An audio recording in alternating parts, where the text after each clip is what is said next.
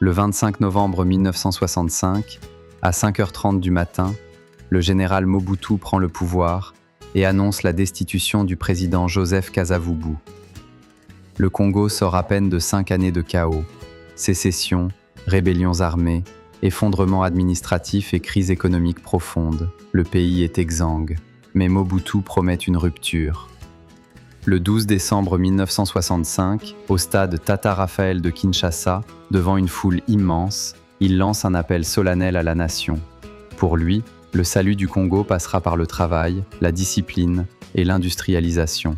Il invite chaque citoyen à se retrousser les manches et déclare « Pour réaliser ce programme de redressement, il nous faudra des bras, beaucoup de bras ». Joignant le geste à la parole, il remonte symboliquement ses manches devant la foule. Le salongo est instauré. Chaque samedi après-midi, les citoyens sont appelés à participer à des travaux d'intérêt collectif, nettoyage, entretien des routes, assainissement des quartiers. Très vite, le régime lance une industrialisation accélérée. Des usines voient le jour, Unaco à Limete pour les allumettes, des unités agro-industrielles à Boma, la raffinerie de la Saucire à Moanda, des chaînes de montage automobile et d'autres projets industriels. Parallèlement, Mobutu entreprend de reprendre le contrôle des richesses nationales. La loi Bakajika est appliquée, puis, le 31 décembre 1966, l'Union minière du Haut-Katanga est nationalisée pour devenir la Gécamine. Le 20 mai 1967, avec le manifeste de la Nsele, Mobutu fonde le Mouvement populaire de la Révolution, pilier idéologique du nouveau régime. À partir de 1971, une nouvelle transformation s'opère, l'authenticité. Le Congo devient le Zaïre. Le fleuve Congo devient le fleuve Zaïre. Une nouvelle monnaie est introduite, le Zaïre. Le régime cherche désormais à rebâtir non seulement l'économie, mais aussi l'identité nationale. Au début des années 1970, la flambée des cours du cuivre offre au Zaïre des recettes considérables. Le pays entre alors dans une phase d'euphorie économique. Mobutu lance ce qui deviendra l'une des plus vastes politiques de grands travaux de l'histoire du pays. Lorsque Mobutu prend le pouvoir en novembre 1965, le Congo, futur Zaïre, possède l'un des plus grands potentiels hydroélectriques du monde, mais cette richesse reste largement sous-exploitée. Le fleuve Congo, deuxième fleuve le plus puissant de la planète après l'Amazone par son débit, représente à lui seul une réserve énergétique exceptionnelle.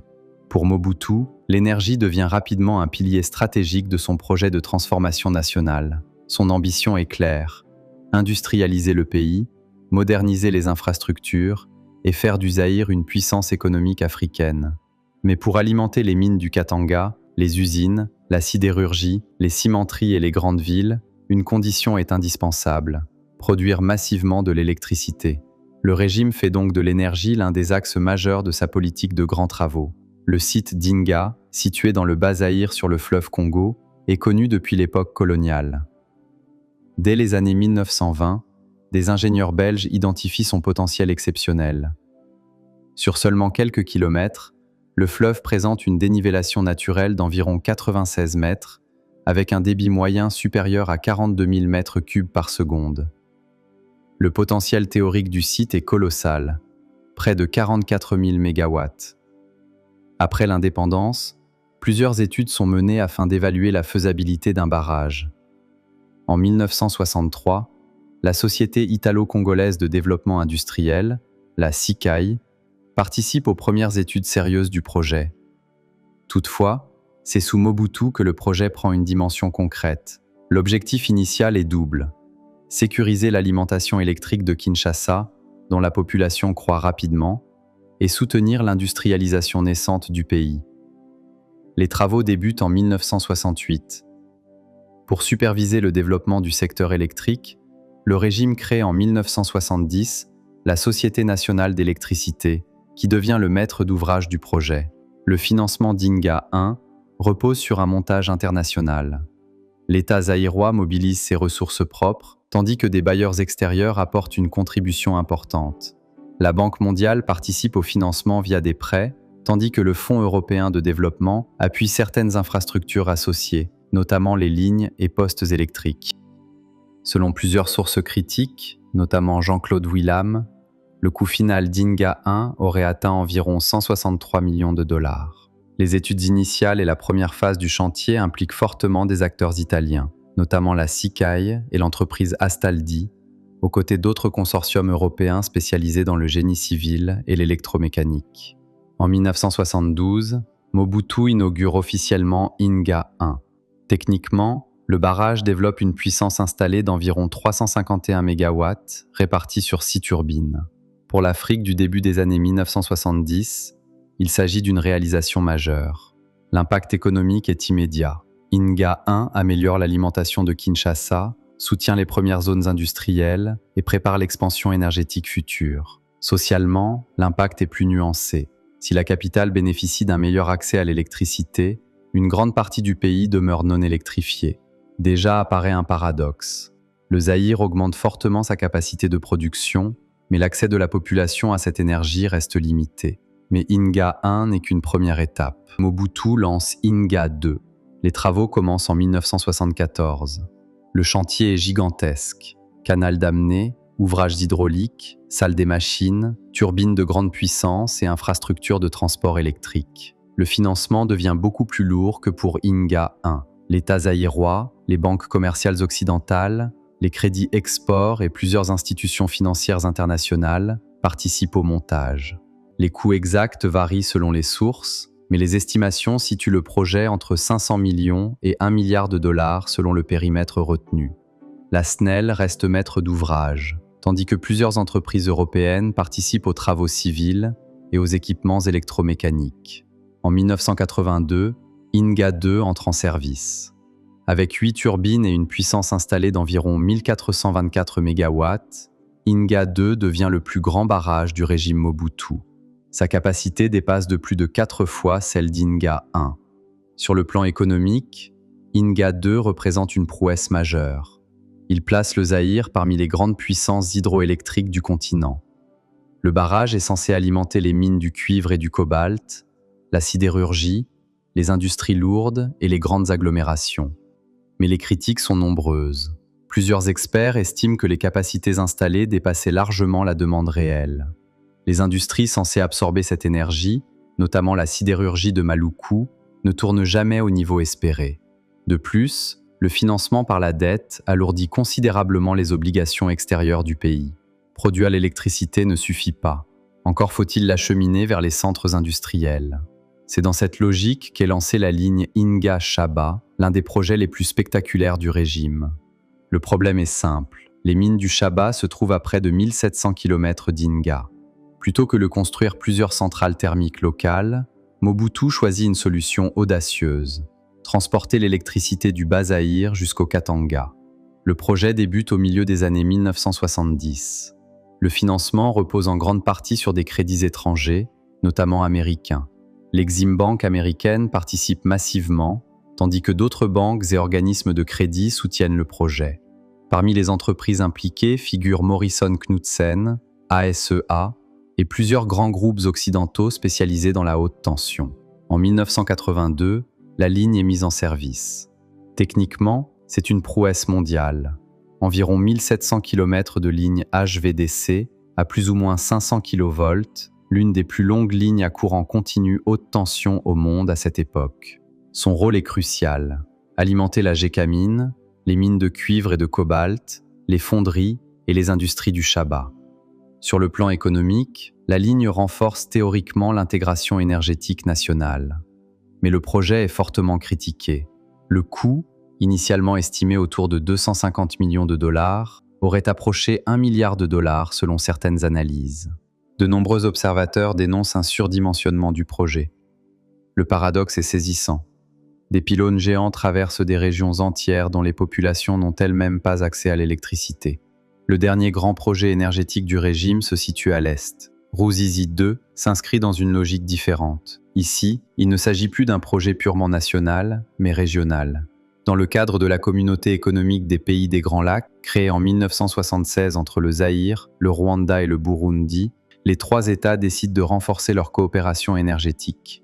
Le barrage de Ruzizi 2 est construit entre 1983 et 1989 sur la rivière Ruzizi. Son objectif est d'alimenter Bukavu, le Kivu, le Rwanda et le Burundi. Le financement provient principalement de la Banque mondiale et des États membres.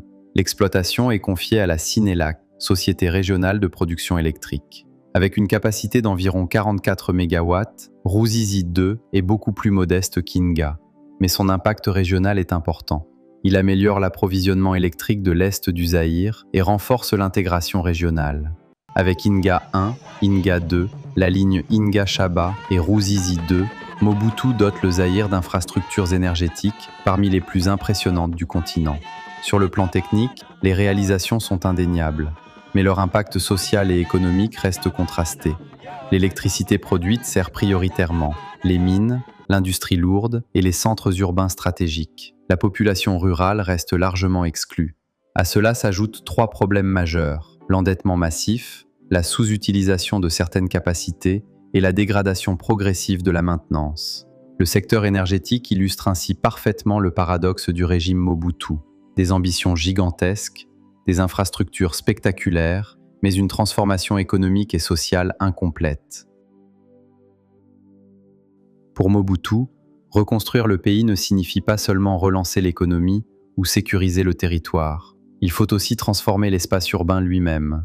Il faut bâtir des infrastructures capables d'incarner l'autorité de l'État, la modernité du régime et le prestige du Zaïre sur la scène internationale. L'urbanisme devient ainsi un instrument politique.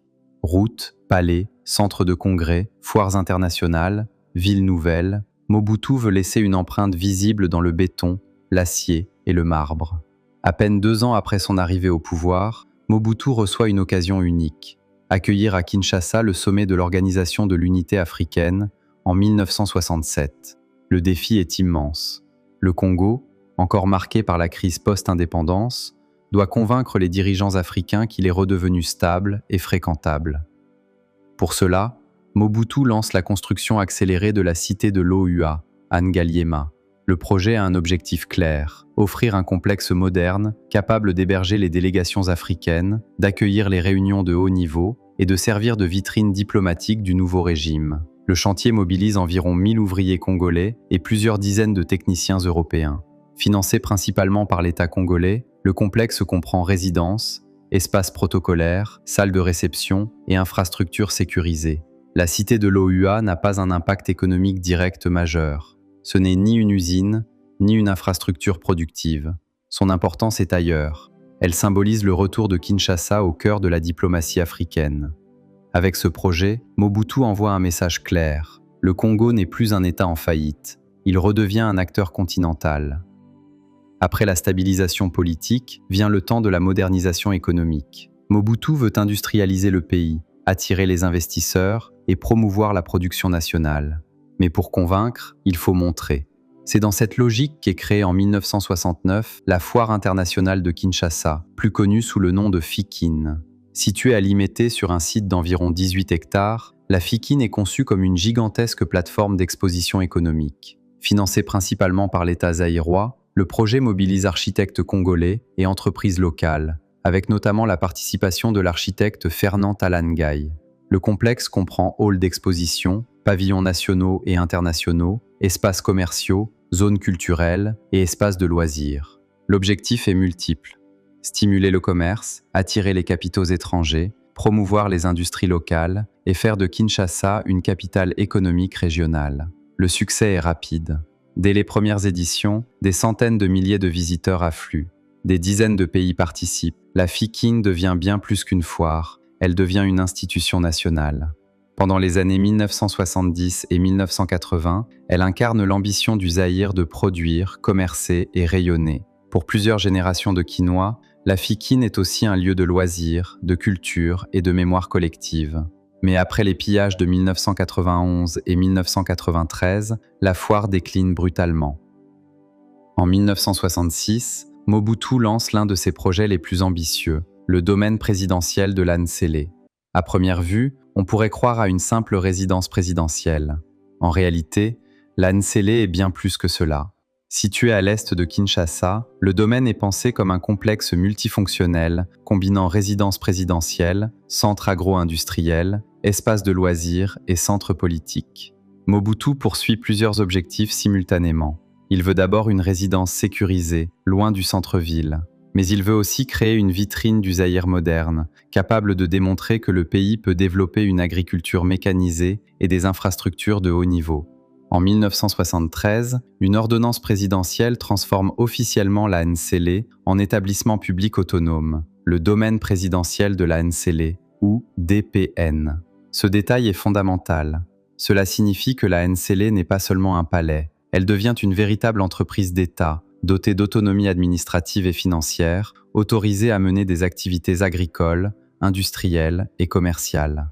Le domaine comprend fermes modernes, élevage, cultures industrielles, parcs animaliers, piscines, restaurants, villas, salles de réception et infrastructures du MPR. Le financement provient principalement de l'État et de la présidence, avec une assistance technique étrangère, notamment taïwanaise, pour le développement agricole. L'impact économique est réel. Le domaine produit des denrées agricoles, crée des emplois et contribue à l'approvisionnement de Kinshasa. Mais la Nsélé incarne aussi les contradictions du régime. Derrière la modernisation se cache une centralisation extrême du pouvoir. Tout y est placé sous contrôle direct du président. La Nsélé devient ainsi le mobutisme matérialisé, modernisation, prestige, centralisation et culte du pouvoir. Au milieu des années 1970, Mobutu veut doter Kinshasa d'un monument à la hauteur de son régime. Le contexte a changé.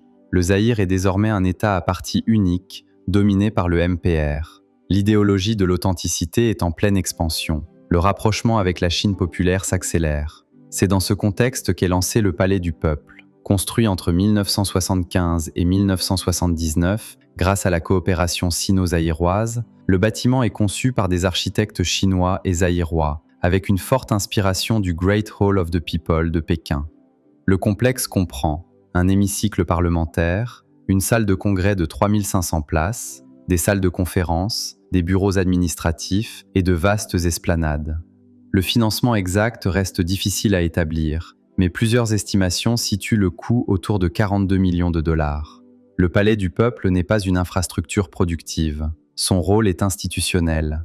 Il devient le cœur symbolique du pouvoir, siège du Parlement, lieu de congrès du MPR, espace de cérémonie nationale. Le paradoxe est évident. Le bâtiment s'appelle Palais du Peuple, dans un régime où le pluralisme politique est quasiment inexistant. Pourtant, contrairement à de nombreux projets du régime, le Palais du Peuple survit à Mobutu et demeure encore aujourd'hui un centre institutionnel majeur de la RDC. S'il existe un projet qui résume à lui seul la grandeur et les excès du mobutisme, c'est Gbadolite. Avant Mobutu, Gbadolite n'est qu'un village isolé du nord du pays. À partir de 1967, tout change. Mobutu entreprend d'y bâtir une ville moderne sortie de terre. Les raisons sont multiples. Sécurité, prestige, attachement régional, démonstration de puissance. Mobutu veut prouver qu'il peut transformer un village reculé en métropole moderne. Les travaux s'étalent sur plusieurs décennies. Des entreprises comme Sakumo puis Safricas participent à la construction des infrastructures. Routes bétonnées, centrales hydroélectriques, aéroport international capable d'accueillir de gros porteurs, hôpital moderne, écoles, hôtels, logements administratifs. Mais le cœur de Gbadolite reste ses palais. Le premier grand palais, commencé en 1973, couvre environ 15 000 mètres carrés sur 3 étages. Inspiré du palais royal de Laken, il est orné de marbre, de matériaux luxueux et de portes monumentales en malachite. Plus tard, Mobutu fait construire le palais ultra sécurisé de Kawele, où il se replie durant les dernières années de son règne. À son apogée, Gbadolite impressionne le monde. Localement, l'impact est réel. La ville crée des emplois, attire des services modernes et améliore fortement les conditions de vie régionales. Mais le problème fondamental demeure. Gbadolite dépend entièrement d'un seul homme. Il n'existe pas d'économie autonome suffisamment solide pour soutenir durablement cette ville. En mai 1997, lorsque Mobutu fuit le pays, tout s'effondre. Ironie tragique, les premiers à piller les palais sont ses propres gardes présidentiels. Ils sont rapidement suivis par des civils. Canapés, marbre, lustres, équipements électriques, climatiseurs, tout est arraché. En quelques jours, le symbole suprême du pouvoir mobutiste devient un champ de ruines. Au début des années 1970, Kinshasa change de visage. Mobutu nourrit une nouvelle ambition, faire de Kinshasa non seulement une capitale politique, mais aussi une métropole économique de rang international. Le cœur de cette transformation se situe dans la commune de la Gombe, notamment le long du boulevard du 30 juin, artère emblématique de la capitale. Mobutu veut que cette avenue rivalise avec les grands centres d'affaires du continent. Il veut des immeubles modernes, des tours de bureaux, des centres financiers. Il veut projeter l'image d'un Zaïre puissant, moderne et tourné vers le monde. C'est dans ce contexte qu'émergent deux des gratte-ciels les plus emblématiques de l'époque, l'immeuble Sosacom et le Centre de commerce international du Zaïre. Le premier est l'immeuble de la Sosacom, la société zaïroise de commercialisation des minerais. Le projet naît à la fin des années 1960, à une époque où l'État cherche à centraliser davantage le contrôle du secteur minier, véritable colonne vertébrale de l'économie nationale. L'objectif est clair, centraliser à Kinshasa les activités de commercialisation des minerais et autres ressources stratégiques, dans un siège moderne capable de refléter la puissance du secteur minier zaïrois.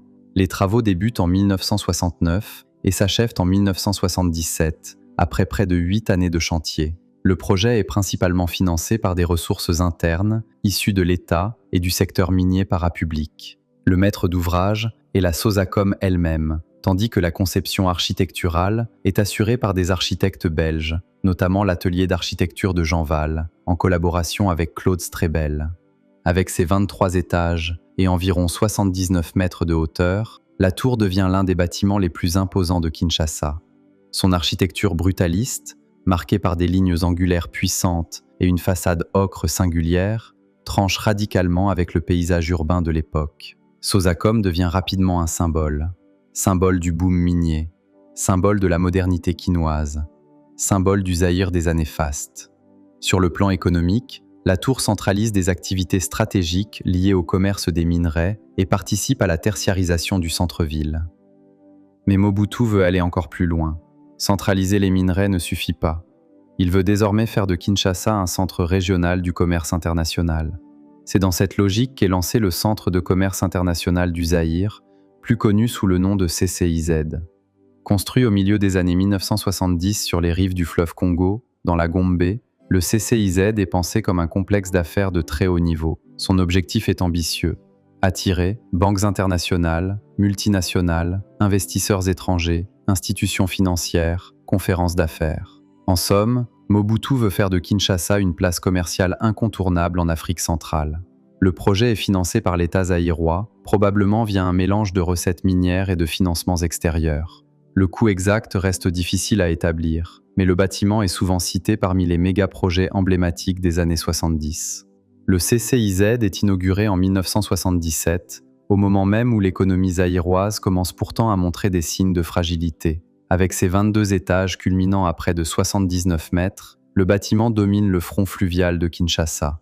Son architecture moderne en verre et béton reflète l'esthétique corporate internationale des années 1970. Le message est clair, le Zaïre est ouvert aux affaires mondiales. Sur le papier, le projet est cohérent. Kinshasa a besoin d'un centre d'affaires moderne. Mais la réalité économique se révèle plus complexe. Le secteur privé zaïrois ne se développe pas assez vite pour exploiter pleinement une infrastructure aussi ambitieuse. La crise économique, la dette croissante et la chute des recettes minières limitent progressivement le potentiel du CCIZ.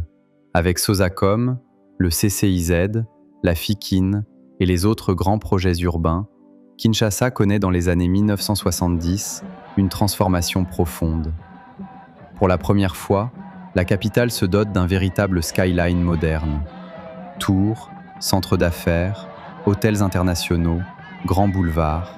Le régime projette l'image d'une ville appelée à devenir la grande métropole économique d'Afrique centrale. Le rêve est grand. Les fondations, elles, restent plus instables. Lorsque Mobutu prend le pouvoir en 1965, il hérite d'un pays immense, difficile à gouverner et encore plus difficile à relier. Avec ses 2,3 millions de kilomètres carrés, le Congo est un véritable pays-continent. La géographie y est aussi spectaculaire que contraignante. Forêts équatoriales denses, rivières immenses, routes rares, réseaux ferroviaires fragmentés et seulement une quarantaine de kilomètres de façades maritimes. Le problème est fondamental. Comment gouverner un territoire aussi vaste, si hommes, marchandises, minerais et institutions ne peuvent circuler efficacement? Mobutu comprend très tôt qu'au Zaïre, Contrôler le transport revient presque à contrôler l'État lui-même. Routes, ports, fleuves, rails, aviation. Le transport devient l'un des piliers de son projet de modernisation. Sous la colonisation belge, le Congo disposait déjà d'infrastructures stratégiques, ports, lignes ferroviaires et réseaux fluvial. Mais l'indépendance, les mutineries et les crises des années 1960 désorganisent fortement cet héritage. La logistique nationale est fragilisée. Pour répondre à ce défi, il centralise progressivement les grands réseaux de transport. En 1971, dans le cadre de la politique d'authenticité, l'OTRACO devient l'Office national des transports, plus connu sous le nom d'ONATRA. L'objectif est ambitieux, créer un système logistique intégré capable de relier un pays gigantesque. L'ONATRA n'est pas une simple entreprise publique. Elle contrôle simultanément les ports maritimes, le transport fluvial, les chantiers navals et le chemin de fer Matadi à Kinshasa. Elle gère notamment le port de Matadi, le port de Boma, le port de Banana, le port de Kinshasa, ainsi qu'un réseau fluvial navigable de plus de 12 000 km. Au cœur du système se trouve le corridor Matadi-Kinshasa.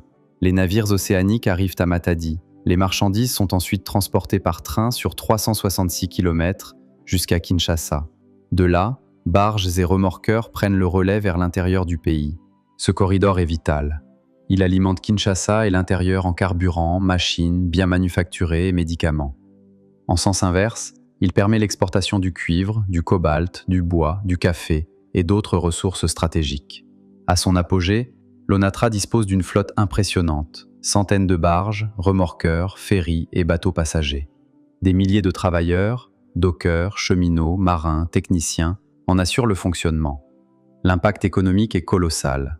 Si la Gécamine représente le cœur minier du Zaïre, alors l'ONATRA en constitue les artères.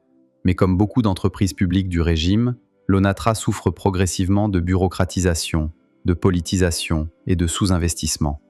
Dès les années 1980, le matériel vieillit, la maintenance ralentit et les performances déclinent. L'entreprise qui faisait circuler le pays entre lentement en crise. Dans un territoire immense, où certains trajets terrestres prennent plusieurs semaines, l'aviation n'est pas un luxe, elle est un instrument de souveraineté. Créée sous le nom d'Air Congo en 1961, la compagnie nationale devient Air Zaïre après le changement de nom du pays en 1971. Mobutu voit grand. Il veut une compagnie nationale capable de rivaliser avec les grandes compagnies africaines. Air Zaïre doit relier le pays, mais aussi projeter une image de modernité sur la scène internationale. L'État investit massivement dans la flotte. La compagnie exploite des DC-10 pour les longues distances, des Boeing 737 pour les lignes régionales et domestiques, des DC-8, ainsi que des Fokker F-27 pour desservir les aéroports secondaires. À son apogée, la flotte principale dépasse une dizaine de gros appareils. Air Zaïre relie Kinshasa à Goma, Kisangani, Lubumbashi, Mbandaka, Gbadolite, Kananga, Mbuji-Mayi et de nombreuses autres villes. Elle dessert aussi l'international, Bruxelles, Paris, Lagos, Libreville, Dakar ou encore Luanda. L'aéroport international de Goma devient une porte stratégique vers les Grands Lacs. Il soutient le commerce régional, le tourisme et les échanges avec le Kivu. L'aéroport de Bangoka à Kisangani joue quant à lui un rôle de carrefour entre l'Est, le centre et le nord du pays. Pendant un temps, Air Zaïre symbolise la grandeur du régime. Posséder des DC-10 et même exploiter un Boeing 747 place le Zaïre dans un cercle restreint de compagnies africaines ambitieuses. Mais derrière le prestige, les coûts explosent. Carburant, maintenance, pièces de rechange, formation. L'exploitation de gros porteurs pèse lourd. La politisation aggrave la situation. Certains appareils sont régulièrement mobilisés pour les besoins personnels du pouvoir. À partir des années 1980, crise de la dette, baisse des recettes minières et mauvaise gestion fragilisent la compagnie. La vitrine aérienne du régime entre en turbulence. Dans les années 1960, la région du Bandundu est difficilement accessible depuis Kinshasa. Pourtant, cette région est stratégique. Elle produit manioc, maïs, huile de palme, charbon de bois et bétail. Elle constitue aussi un corridor naturel vers le Kasaï. Le problème est simple. Sans route moderne, impossible d'intégrer économiquement cette région à la capitale. La liaison Kinshasa-Kikwit existait déjà à l'époque coloniale, mais elle restait partiellement en terre et souvent impraticable durant la saison des pluies. Mobutu décide de moderniser l'axe. Le bitumage massif du corridor s'accélère dans les années 1970. Vers 1979, le tronçon Kinshasa-Kikwit est entièrement asphalté et opérationnel. Ce projet s'inscrit dans la stratégie de grands corridors nationaux. L'objectif n'est pas uniquement économique, il est aussi politique. Le Kwilu avait été l'un des foyers de la rébellion muleliste. En reliant durablement la région à Kinshasa, Mobutu renforce la présence de l'État. L'impact est considérable. Le temps de trajet diminue. Les camions circulent plus facilement. Les pertes agricoles baissent. Kinshasa reçoit davantage de produits vivriers. Kikwit devient un hub commercial majeur. Dans un pays continent comme le Zaïre, une route n'est jamais seulement une infrastructure économique. Elle est aussi un instrument de souveraineté. Parmi tous les projets de transport du régime, peu impressionne autant que le pont Maréchal. Avant sa construction, traverser le fleuve Congo entre Matadi et l'autre rive nécessitait ferry et barges. Cette situation ralentissait fortement le trafic entre Matadi, Boma, Banana et Moanda. Or, cette zone est cruciale. Matadi est le principal port maritime du pays. Banana ouvre sur l'Atlantique. Moanda concentre une part importante de l'activité pétrolière. Le corridor est vital pour l'économie nationale. Dès la fin des années 1960, des études sont lancées. En 1972 est créée l'Organisation pour l'équipement de Banana Kinshasa, chargée de piloter le projet. Le financement principal vient du Japon via l'aide publique au développement, avec un prêt d'environ 34,5 milliards de yens, l'équivalent de près de 100 millions de dollars de l'époque. Les travaux commencent en 1979. Ils mobilisent ingénieurs japonais, techniciens zaïrois et entreprises spécialisées en génie civil. En 1983, le pont est inauguré. L'ouvrage est spectaculaire. Long de 722 mètres, avec une portée principale de 520 mètres, il utilise près de 14 000 tonnes d'acier. À son inauguration, il devient le plus long pont suspendu d'Afrique. Le pont devait initialement accueillir à la fois route et rail. Mais comme souvent dans les méga-projets du régime, la vision initiale ne sera que partiellement réalisée. La voie ferrée ne sera jamais installée. Malgré cela, l'impact économique est majeur. Le pont Maréchal fluidifie les échanges, réduit les coûts logistiques et renforce la liaison entre Matadi, Boma, Banana et Moanda. Il devient un symbole puissant de modernité. À travers l'Onatra, Air Zaïre, la route Kinshasa-Kikwit et le pont Maréchal, Mobutu tente de résoudre l'un des défis les plus fondamentaux du Zaïre, la distance. Ces infrastructures transforment réellement le pays. Elles réduisent l'isolement de nombreuses régions, facilitent les échanges économiques et renforcent la présence de l'État. Mais elles révèlent aussi les contradictions du régime. La plupart de ces projets reposent sur de lourds financements publics, souvent appuyés par l'endettement extérieur et l'expertise étrangère. Leur durabilité dépend fortement de la maintenance, de la gouvernance et de la capacité institutionnelle. Lorsque la crise économique frappe dans les années 1980, ces fragilités apparaissent brutalement. Le transport sous Mobutu résume ainsi un paradoxe central du régime, une ambition immense, des réalisations parfois spectaculaires, mais des fondations souvent fragiles face au temps.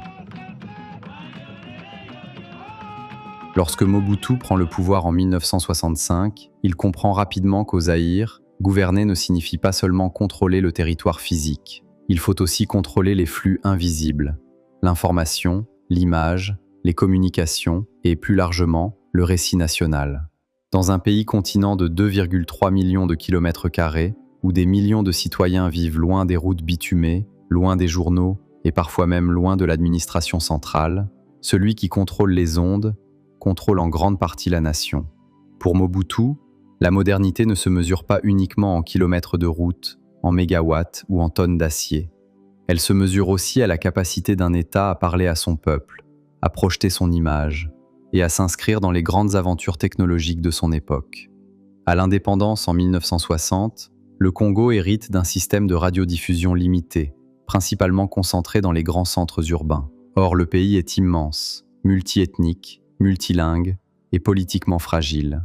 Les sécessions, les rébellions et les guerres civiles des années 1960 ont montré une réalité brutale. Sans communication nationale efficace, l'État peine à exister au-delà de quelques grandes villes. Mobutu en tire une leçon fondamentale. Pour unifier durablement le pays, il ne suffit pas d'envoyer des administrateurs ou des soldats. Il faut pouvoir parler simultanément à Kinshasa, Kisangani, Goma Mbandaka, Kananga et Lubumbashi. La radio devient ainsi un instrument stratégique de souveraineté. Dans le cadre de la politique d'authenticité, la radio-télévision nationale est rebaptisée La Voix du Zaïre. Le projet est ambitieux. Bâtir un vaste réseau hertzien de radio-télévision couvrant l'ensemble du territoire. L'objectif officiel est clair, moderniser les communications nationales et diffuser l'information partout dans le pays. Mais derrière cet objectif technique se cache aussi un objectif politique. La Voix du Zaïre doit participer à la construction du citoyen zaïrois. Elle diffuse les journaux parlés, les annonces officielles, les cérémonies nationales, les grands discours du président, l'hymne national, les messages du MPR, ainsi que les campagnes de mobilisation autour de l'authenticité et du Salongo. Le financement provient principalement de l'État zaïrois, appuyé par l'endettement extérieur. La réalisation du réseau est confiée à la société française Thomson CSF, l'un des grands groupes mondiaux de l'électronique et des télécommunications. Sur le papier, le projet impressionne. Studio moderne à Kinshasa, équipement de télévision, réseau radio provincial, relais hertzien, diffusion en français mais aussi en lingala, swahili, kikongo et chiluba, le système est conçu pour couvrir un pays gigantesque. L'impact social est immense. Pour des millions de Zaïrois, la Voix du Zaïre devient la principale fenêtre sur le monde. Dans certaines zones rurales, entendre la radio nationale revient à entendre directement Kinshasa. La Voix du Zaïre joue aussi un rôle majeur dans la culture populaire. Elle offre une vitrine incomparable à la musique congolaise. Franco, Tabouley, Zaiko Langa Langa, Trio Madjezi et de nombreux artistes y passent. Le média d'État contribue ainsi à l'essor d'une industrie musicale qui rayonnera bien au-delà des frontières. La Voix du Zaïre n'est pas un média indépendant. Elle fonctionne avant tout comme l'appareil audiovisuel du régime. Le pouvoir y contrôle étroitement le récit national, l'image présidentielle et la circulation de l'information. S'ajoutent à cela les difficultés techniques. Les équipements, sophistiqués et coûteux, nécessitent une maintenance lourde. S'il existe un projet capable de surprendre même les historiens du mobutisme, c'est bien l'aventure Otrag. À première vue, l'idée semble presque irréelle. Le Zaïre de Mobutu lançant des fusées.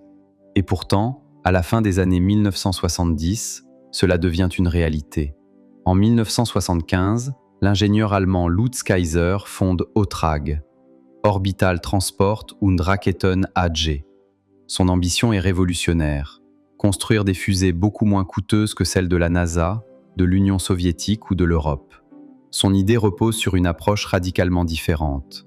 Plutôt que de produire des fusées extrêmement complexes et coûteuses, Otrag veut utiliser des modules cylindriques standardisés, assemblables en série, comme des briques technologiques.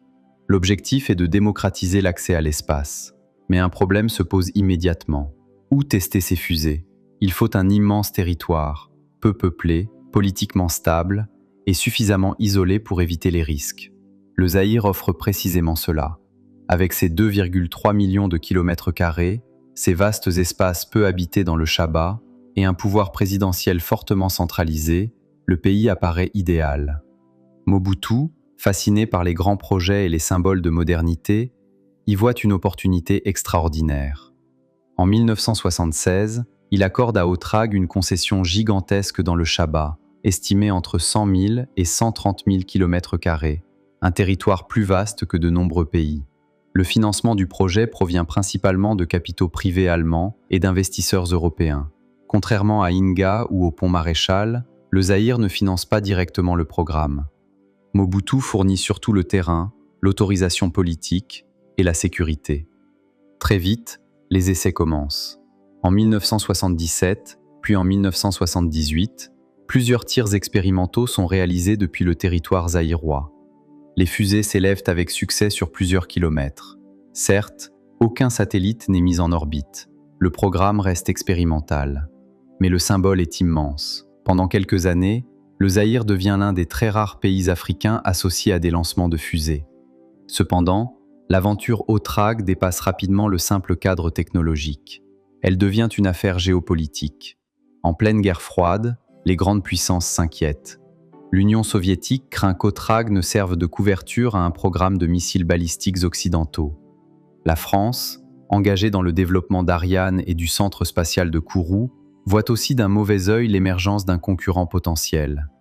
Le contexte régional n'arrange rien. À proximité du Chaba, l'Angola est en guerre, Cuba est présent militairement et l'influence soviétique progresse. Le site spatial zaïrois devient diplomatiquement explosif. Sous l'effet des pressions internationales, Mobutu retire progressivement son soutien. Entre 1978 et 1979, l'aventure Otrag au Zaïre s'effondre. L'entreprise tentera ensuite de poursuivre ses activités en Libye, sans succès durable. Sur le plan économique, l'impact du projet reste faible. Le Zaïre ne développe ni industrie spatiale locale, ni programme orbital autonome, ni agence spatiale nationale. Mais sur le plan symbolique, l'épisode est fascinant. Pendant quelques années, Mobutu aura réussi à projeter l'image d'un Zaïre tourné vers l'avenir, capable d'accueillir l'un des projets spatiaux privés les plus ambitieux de son époque. Lorsque Mobutu prend le pouvoir en 1965, l'économie congolaise reste profondément marquée par l'héritage colonial. Le pays exporte d'immenses quantités de matières premières, cuivre, cobalt, café, coton, bois, huile de palme, mais importe encore la majorité de ses produits manufacturés, acier, machines, textiles, produits de consommation courante. Le constat est brutal. Le Zaïre est riche, immensément riche même, mais il transforme peu de ce qu'il produit. Pour Mobutu, un pays qui se contente d'exporter des matières brutes reste dépendant des puissances industrielles étrangères. La véritable souveraineté économique passe par la transformation locale. L'objectif devient alors clair, industrialiser le Zaïre. Dans les années 1970, au plus fort du boom du cuivre, le régime lance plusieurs méga-projets industriels destinés à créer une base productive nationale. Sidérurgie, textile, agro-industrie, l'ambition est de faire émerger un pays capable non seulement d'extraire, mais aussi de fabriquer. Parmi les projets les plus ambitieux figure la sidérurgie de Maluku. À l'époque, le paradoxe est frappant. Le Zaïre possède des ressources minières immenses, mais continue d'importer massivement des produits sidérurgiques, fer à béton, tôle, profilés métalliques, matériaux essentiels à la construction. Or, Mobutu lance simultanément barrages, routes, ponts, logements et bâtiments publics. Tous ces projets nécessitent de grandes quantités d'acier. L'idée de créer une sidérurgie nationale devient alors stratégique. En 1972, naît la Société sidérurgique de Maluku, implantée à Maluku, à une 50aine de kilomètres de Kinshasa. Le choix du site n'est pas anodin. Proximité de la capitale, accès au fleuve, vaste terrain et surtout accès à l'électricité bon marché produite par Inga. Le projet est colossal. Le complexe est conçu comme une véritable industrie lourde moderne, capable de produire environ 250 000 tonnes d'acier par an. Fer à béton, profilés métalliques, tôles laminées et produits dérivés doivent alimenter le BTP national. Le financement reflète l'ambition du projet. L'investissement atteint environ 1,5 milliard de francs français, soit près de 350 millions de dollars de l'époque, l'équivalent de plusieurs milliards de dollars actuels. Le capital est partagé entre l'État zaïrois, des partenaires allemands et des groupes italiens spécialisés dans la sidérurgie, notamment Demag et Italimpianti. Autour de l'usine, 2 cités ouvrières sont construites, représentant environ 1300 logements pour ouvriers, techniciens et ingénieurs. Maluku n'est pas pensé comme une simple usine, mais comme un véritable pôle industriel intégré. Sur le papier, tout semble cohérent, mais très vite, la réalité rattrape le rêve.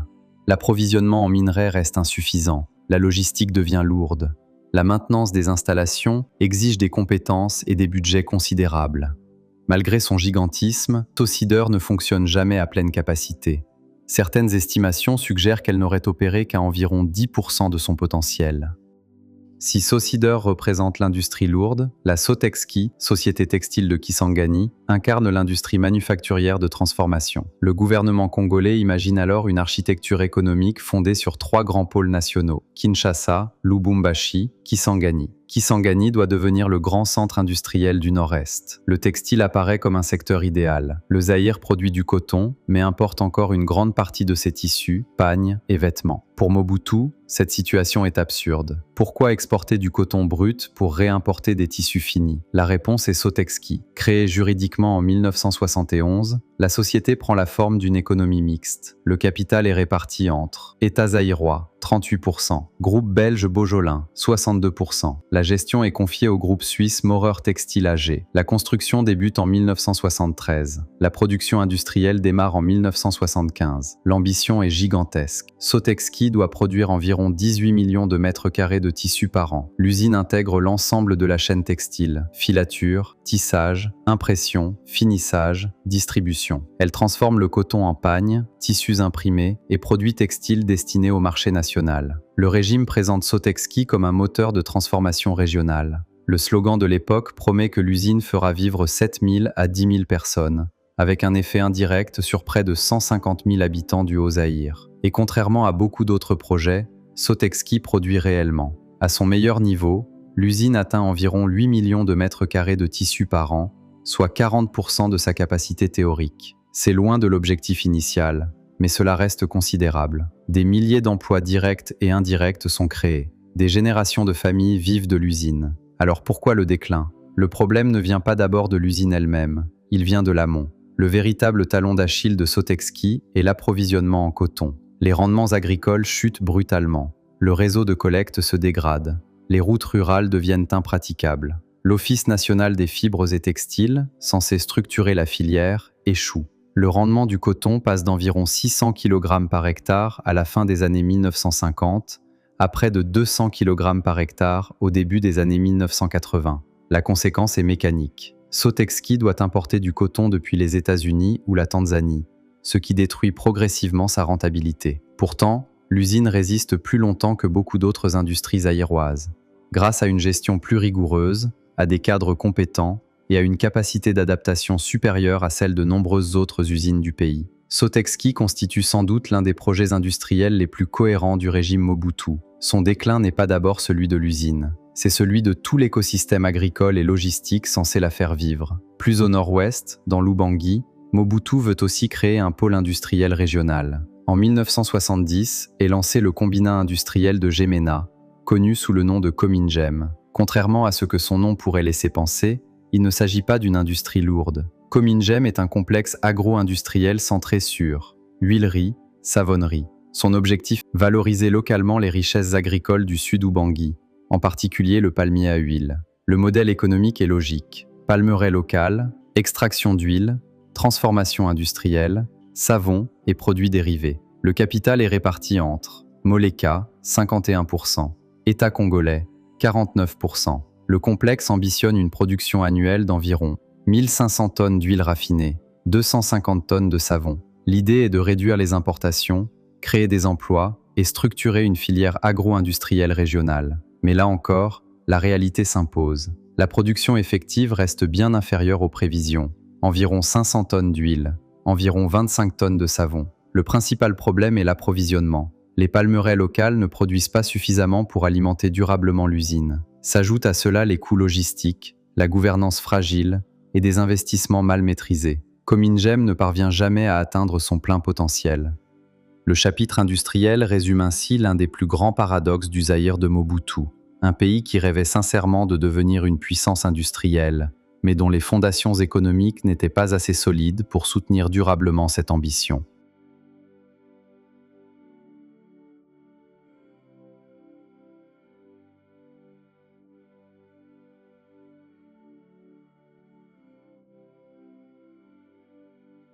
Sous les forêts du Kasaï, sous les plaines rouges du Katanga, sous les collines poussiéreuses du sud-est du pays, dormait la véritable fortune du Zaïre. Bien avant l'indépendance, le Congo était déjà connu comme l'un des territoires les plus riches du monde en ressources minières. Le sous-sol congolais semblait inépuisable. Lorsque Mobutu prend le pouvoir en 1965, il comprend immédiatement une réalité essentielle. Contrôler les mines, c'est contrôler l'État. Les mines ne sont pas un secteur parmi d'autres. Elles sont le moteur de l'économie. Elles financent les infrastructures, les salaires publics, les grands travaux, l'armée, l'administration, et parfois aussi le système politique lui-même. Le Zaïre de Mobutu repose ainsi sur deux géants miniers. À l'ouest du centre, la Miba et ses diamants du Kasaï. Au sud-est, la Gécamine et son cuivre katangais. À elles seules, ces deux entreprises ont porté une grande partie de l'économie nationale pendant des décennies. L'histoire de la minière de Bakwanga commence bien avant Mobutu. Au début du XXe siècle, d'importants gisements diamantifères sont découverts dans la région de Bakwanga, aujourd'hui Mbuji-Mayi. Très vite, les autorités coloniales belges comprennent qu'elles ont affaire à un gisement exceptionnel. L'exploitation est d'abord menée par la Fort Minière, grande société coloniale active dans les secteurs forestiers et miniers. Après l'indépendance, dans un contexte de sécession du Sud Kasaï, de guerre civile et de lutte pour le contrôle des ressources, l'État congolais reprend progressivement la main. C'est dans ce contexte qu'est créée la minière de Bakwanga, plus connue sous le nom de MIBA. Sa mission, exploiter les diamants du Kasaï et générer des devises pour l'État. Lorsque Mobutu consolide son pouvoir, il comprend immédiatement l'importance stratégique de la MIBA. Le diamant possède un avantage unique. Il est facile à stocker, facile à transporter et peut être vendu rapidement sur les marchés internationaux. Pour le régime, c'est une source de liquidité précieuse. La MIBA exploite principalement des diamants industriels, utilisés dans le forage, la découpe, le polissage et diverses applications industrielles.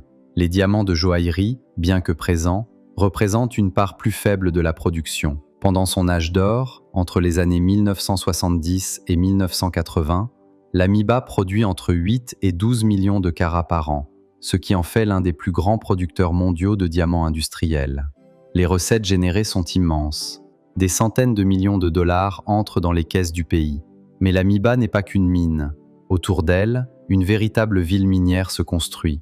Mbuji-Mayi grandit au rythme du diamant. La société développe des infrastructures minières, des centres de tri, des ateliers mécaniques, des centrales électriques, mais aussi des logements, des écoles, des hôpitaux, des magasins et des équipements sociaux. Comme la Gécamine plus tard au Katanga, la MIBA fonctionne presque comme un État dans l'État.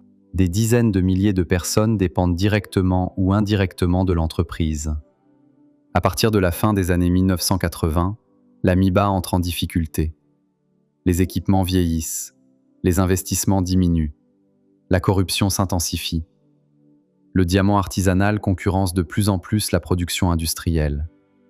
Puis viennent les crises des années 1990, les pillages et les guerres. Le géant s'essouffle. Pourtant, malgré son déclin, la MIBA demeure l'un des piliers historiques du Kasaï. Elle symbolise à elle seule le paradoxe du diamant congolais. Une richesse immense, mais un développement local limité. Si la MIBA était le poumon du Kasaï, la Gécamine était le cœur métallique du Zaïre. L'histoire du cuivre katangais remonte à plusieurs siècles. Bien avant la colonisation, les populations locales exploitaient déjà le cuivre de manière artisanale. Mais c'est avec la colonisation belge que l'exploitation industrielle prend une ampleur gigantesque. En 1906 est créée l'Union minière du Haut-Katanga, l'UMHK. Rapidement, l'entreprise devient un géant mondial de l'extraction minière.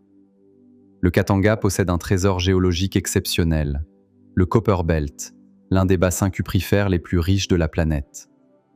On y trouve des concentrations extraordinaires de cuivre, cobalt, zinc, germanium, uranium. L'UMHK construit un vaste appareil industriel. Mines à ciel ouvert, usines de concentration, fonderies, raffineries, cités ouvrières. Le cuivre katangais devient un métal stratégique mondial. Même l'histoire nucléaire mondiale croise celle du Congo. La mine de Shinkolobwe fournit une partie de l'uranium utilisé dans le Manhattan Project, programme américain qui mènera aux bombes atomiques de 1945. Après l'indépendance, le Katanga devient le centre d'une lutte féroce pour le pouvoir. La sécession katangaise menée par Moïse Tshombe démontre une chose. Celui qui contrôle le Katanga contrôle la richesse du pays. Mobutu retient la leçon. Après avoir consolidé son pouvoir, il nationalise l'Union minière. En 1967, naît la Générale des carrières et des mines, la Gécamine. L'objectif est double. D'une part, récupérer la souveraineté minière du pays. D'autre part, utiliser cette rente pour financer le développement national. Durant son âge d'or, entre 1967 et le milieu des années 1980, la Gécamine devient l'épine dorsale de l'économie zaïroise. Sa production atteint régulièrement 400 000 à 500 000 tonnes de cuivre par an, en plus d'importantes quantités de cobalt. Le Katanga devient un géant minier africain. Mais la Gécamine est bien plus qu'une entreprise minière. Elle construit des cités entières. Elle gère logements, écoles, hôpitaux, magasins, fermes, routes et services sociaux. Elle fonctionne comme une puissance autonome, un véritable État dans l'État. À son apogée, la Gécamine fournit selon les années 50 à 70% des recettes d'exportation du Zaïre. Autrement dit, une grande partie du pays vit grâce au cuivre katangais. Les grands travaux de Mobutu, barrages, routes, palais, industries, sont en partie rendus possibles par cette manne. Les mines ont enrichi le Zaïre. Elles ont financé des routes, des barrages, des villes, des industries.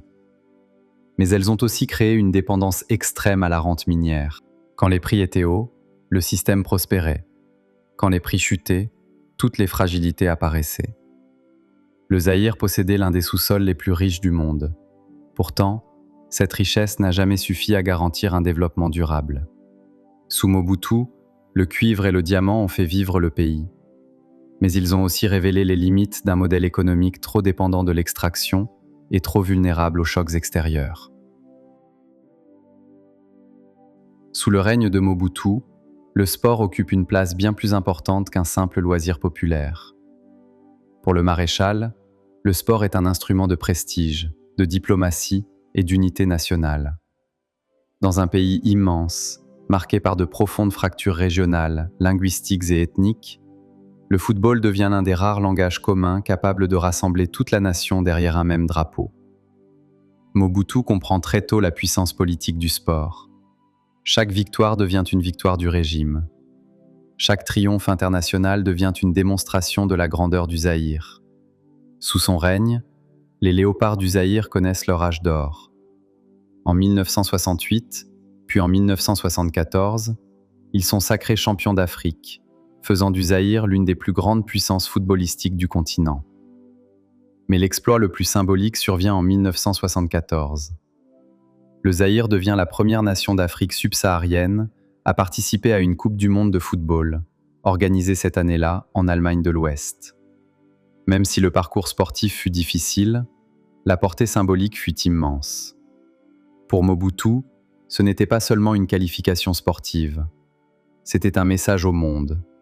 Le Zaïre était désormais une nation qui comptait.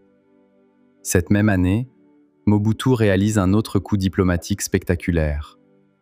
Kinshasa accueille le combat historique entre Muhammad Ali et George Foreman, deux champions du monde des poids lourds.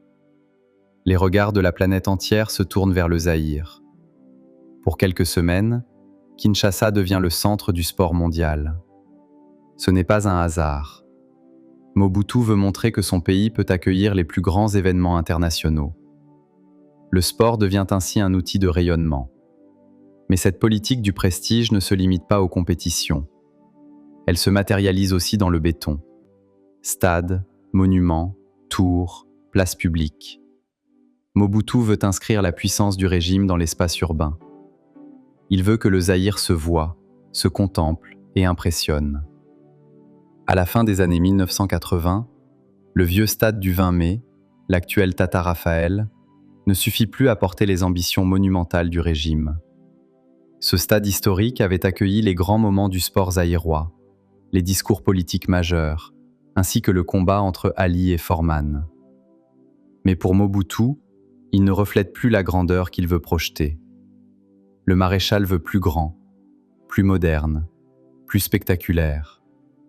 Il veut un stade national à la hauteur de son pouvoir. C'est dans ce contexte qu'est lancé le projet du stade Kamanyola. Le nom n'est pas anodin. Kamanyola est une localité du sud Kivu, associée à une victoire militaire importante contre les rébellions des années 1960.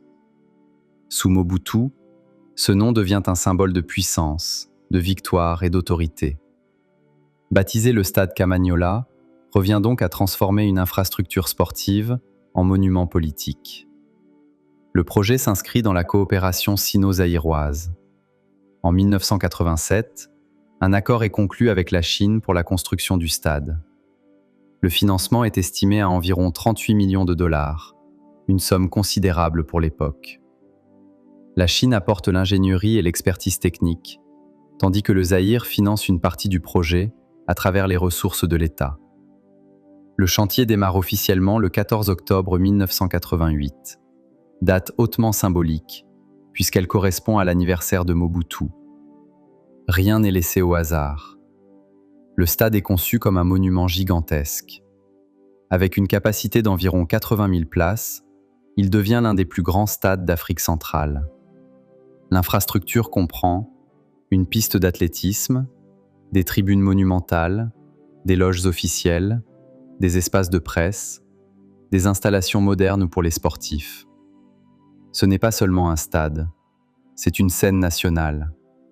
Un espace où doivent se jouer à la fois le sport, la fête populaire et la démonstration du pouvoir. Le stade est achevé après 5 années de travaux et inauguré en 1994. Il devient immédiatement la nouvelle maison du football congolais. Les Léopards, les grands clubs de Kinshasa, les compétitions africaines, les concerts et les grands rassemblements populaires y trouvent leur nouveau sanctuaire. Contrairement à plusieurs méga-projets du régime, le stade Kamanyola est un véritable succès infrastructurel. Il est achevé, il fonctionne. Et il demeure aujourd'hui encore le principal stade du pays, sous son nouveau nom, Stade des Martyrs.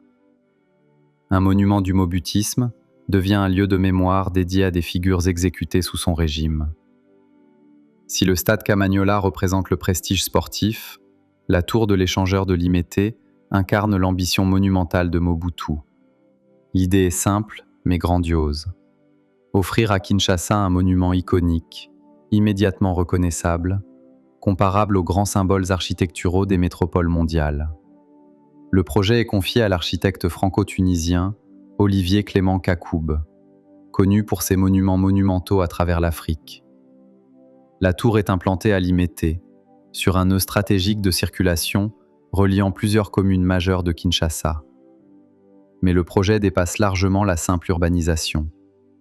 Il porte une forte charge symbolique. En 1966, Mobutu proclame Patrice Lumumba héros national.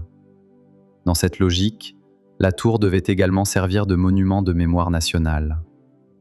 Le financement est estimé à environ 10 millions de dollars de l'époque, financé par l'État zaïrois. La première pierre est posée le 24 novembre 1967 par le président tanzanien Julius Nyerere, signe de l'importance diplomatique du projet. La tour est spectaculaire. Haute de 210 mètres, soutenue par 4 gigantesques colonnes en béton armé, elle domine Kinshasa. Le projet initial est ambitieux. Belvédère panoramique, musée national, centre de télécommunications, attraction touristique. Autrement dit, Mobutu ne veut pas construire une simple tour. Il veut créer un monument vivant, un symbole national. Mais comme pour plusieurs méga-projets du régime, l'ambition se heurte à la réalité. En 1974, les travaux s'arrêtent brutalement. Les causes sont multiples. Ralentissement économique, chute des recettes minières, pression budgétaire, coût croissant des grands travaux. Le chantier reste inachevé pendant des décennies. La tour de Limete devient alors le symbole d'un paradoxe fondamental du mobutisme. Une vision immense, une ambition spectaculaire, mais une exécution incomplète. Pendant longtemps, elle est perçue comme l'un des grands éléphants blancs du Zaïre. Ce n'est qu'au XXIe siècle qu'elle est véritablement réhabilitée. Pourtant, même inachevée, la tour garde une force symbolique exceptionnelle. Elle raconte mieux que tout autre monument la psychologie du régime. Mobutu rêvait grand, très grand, parfois plus grand que les capacités réelles du pays. Pendant plus de 3 décennies, Mobutu Sese Seko aura profondément marqué le paysage du Zaïre. Barrages, routes, ponts, palais, stades, usines, mines, monuments. Son régime a laissé une empreinte physique indéniable sur le pays. Des projets comme Inga, le pont Maréchal, le Palais du Peuple, la Gécamine, la Miba ou encore le stade Kamanyola témoignent d'une ambition réelle, faire du Zaïre une puissance africaine moderne, industrialisée et respectée. Mais derrière cette grandeur se cachait aussi une fragilité structurelle. Beaucoup de projets furent surdimensionnés, dépendant de la rente minière, de l'endettement extérieur ou d'une gouvernance centralisée autour du pouvoir présidentiel. Lorsque les cours du cuivre chutèrent, que la corruption s'intensifia et que l'État s'affaiblit, les fissures apparurent. C'est là tout le paradoxe du mobutisme. Mobutu a construit, beaucoup plus que certains ne veulent l'admettre. Mais il a aussi présidé à l'affaiblissement progressif des institutions censées faire vivre durablement ses réalisations. Au final, l'héritage des grands travaux de Mobutu reste contrasté, entre vision et démesure, entre modernisation et prédation, entre grandeur et déclin. Une chose demeure certaine, comprendre le Congo d'aujourd'hui exige de comprendre le Zaïre de Mobutu, car une partie du pays moderne, dans ses infrastructures, ses réussites et ses fractures, porte encore son empreinte.